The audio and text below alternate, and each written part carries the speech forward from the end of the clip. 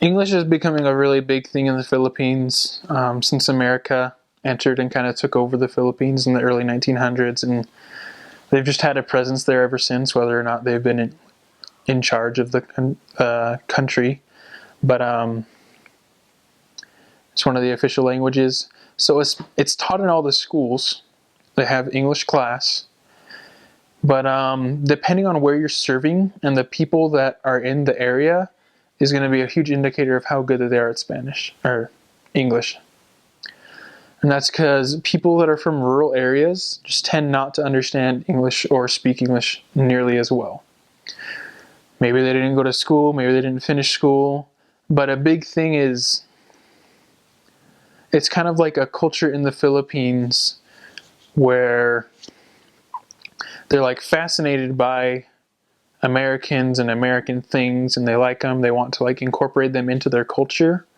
But specific people kind of target and ridicule others who either understand and speak English fairly well or who are trying to. And a very big thing about that too is Filipinos, for the most part, this isn't like completely true for every Filipino, but as a general rule, they're super, super shy. So you'll meet a lot of Filipinos who sometimes you'll hear them speak English and they sound great. They're doing it correctly, they have like proper grammar and everything, but they're not going to do it very often, especially when they know that you or any other Americans are around, because they think that they're going to mess up and that you'll laugh at them. Even if you tell them that you will not. They think that, so they don't do it. They're also afraid that some of their friends might hear them and make fun of them. But just alongside of that, there are varying degrees of proficiency in English. You have a person like my trainer who knew practically very little, if not nothing, in English. He had a hard time communicating with me in English or anyone else in English. And you have somebody else that was a really close friend of mine as another missionary in the mission, and I could talk to him in straight English and he didn't have a problem with it. So it's something that you can use in the mission, especially, through fellow missionaries. So maybe your mission president, depending on what they want, or your companion themselves will ask you to teach them English or help them practice their English.